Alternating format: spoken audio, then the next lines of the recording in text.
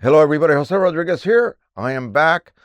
Yes, I did take off a weekend. That is it. And I did produce videos just about every day for last week. And this is going to be the same thing going on this week as well. I'm going to go ahead and make several videos, and I'm going to give you kind of a little preview of what we're going to be watching. You see what I have right here? This is Breathing Color Live with a Y, L-Y-V-E, matte canvas.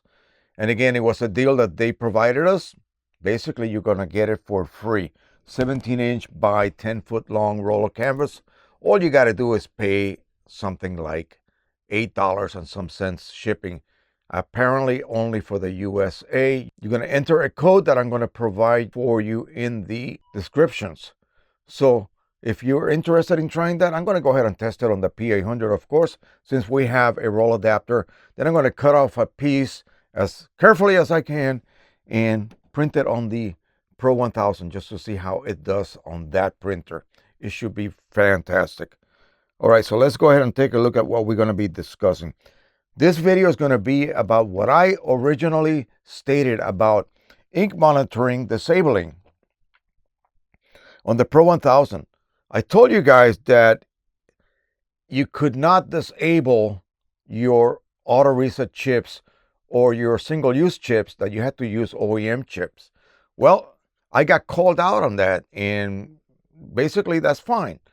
I am currently still using auto reset chips. I received 2 sets from Precisioncolors for testing, and I went through my previous set, and some of the cartridges could not even be reset whatsoever, nor could I disable ink monitoring. So I assumed that even the single-use chips are not able to be disabled as far as ink monitoring. You see what I'm saying? And I did state that only OEM chips allow you to disable ink monitoring. Yeah, well, yes, that is true. OEM chips do allow you to disable ink monitoring, but apparently so do the single-use chips. And that's all I wanted to say about that. We'll talk a little bit more about that, but let me give you a bit of a preview as to what else is coming. Obviously we're going to be printing that and doing a few demos. I'm going to download their profile and test it on our printers here. And then if possible, I have never made a profile for Canvas. It's a little bit difficult to scan, and I don't know exactly how they approach this, but again, we'll give it a try and see if we can improve matters even more. I may even print some on the Pro-100 if I can cut a piece that will actually fit.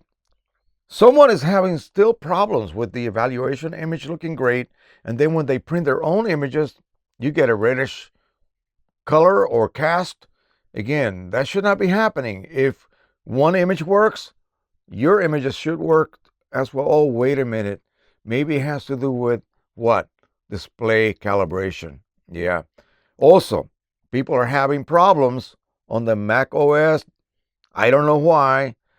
Their prints are coming out perfect when they let the driver control color, but when they switch over to the application controlling color through the same ICC profile for that particular paper, they end up getting a color cast. That should not happen because the Mac driver automatically turns off color management or color matching in the driver when you tell the application to do so. So again, that's going to be another topic to cover. We're going to talk about the new IPF professional printers. That's large format printers. What came after the 2000? What came after the 4000? What came after the 6000? We're going to talk about that in a future video that will be out this week. And then I'm going to do a bit of a rant. I'm sorry, I apologize for that, but I have to do it. I am just tired, folks. I really, really am. And I think this whole lifestyle that I am involved in now with so many activities and answering questions constantly. Everywhere I go, this happens. Well, I may have to slow down, and that may affect the involvement, personally speaking, of me and the channel and the community out there. Okay, I'm gonna talk about that in great detail, but let's go ahead and talk first of all about what the original subject of this video is going to be. So right here I have auto reset chips. They're not really auto reset. They are single use. I don't know whether the company that sold them to us in the US knew that or they did that on purpose. So I do not know if these auto reset chips are any different than the single use chips that you would buy from a supplier. Right now, the only one that I know of is Precisioncolors. Many other companies that sell inks for this printer just simply tell you to disable ink monitoring. That's what they tell you.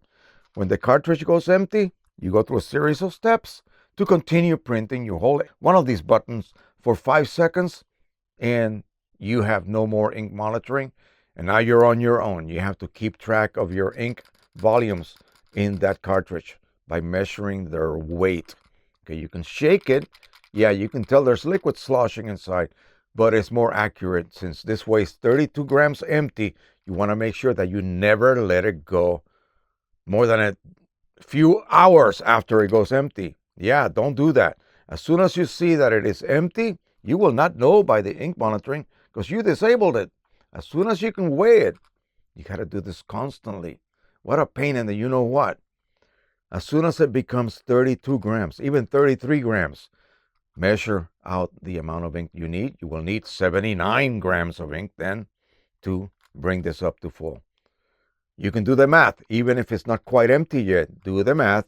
Again, 32 is empty. So if it's 42, then you have 10 grams of ink. And I'm using grams because 1 milliliter of ink does not necessarily equal 1 gram of weight.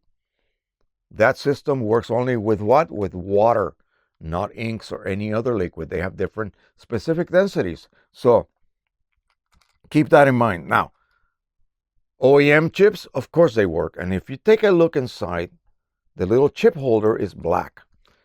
Anything else you buy from Precisioncolors, which by the way, when they order these chips, they have to get the holder from a different supplier. And I don't know whether it is PC actually installing the chips onto the holder or who, but the holders are more likely going to be white. Okay? So that's how you know. So if you have a black holder here, that means you have an OEM chip. Okay? Do not throw those away. If you choose to go this route in the beginning, keep each chip holder with its original chip empty in a bag and you ID it. Okay? You make sure you mark it very accurately so you always know that that chip came from a photo gray cartridge in this case. You see, you don't want to lose track of your ID. Someone I know actually put all 12 of them in a little baggie. What good is that going to be?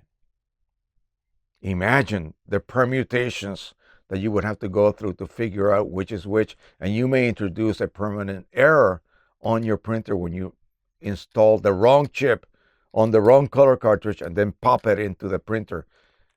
It's not going to work. It's really not going to work, and I really don't even want to push my luck.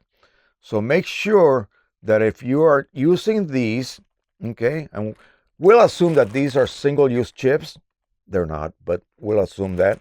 And we've gone through all 12, but you still kept your original OEM chips.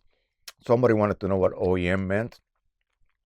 Original manufacturer's equipment. That's all it means. It means whatever the factory that created something put in that something. So that's OEM. That's what we call the inks OEM, the chips OEM, the cartridges OEM, everything that the manufacturer made for that product, specifically this one, intended for. So anyway, that solves that. No more questions about that, please. All right, so if you're going to disable ink monitoring, what you need to do, and I'm lucky I have a ton of these cartridges right now to play with. Take the one that you had with the single-use chip.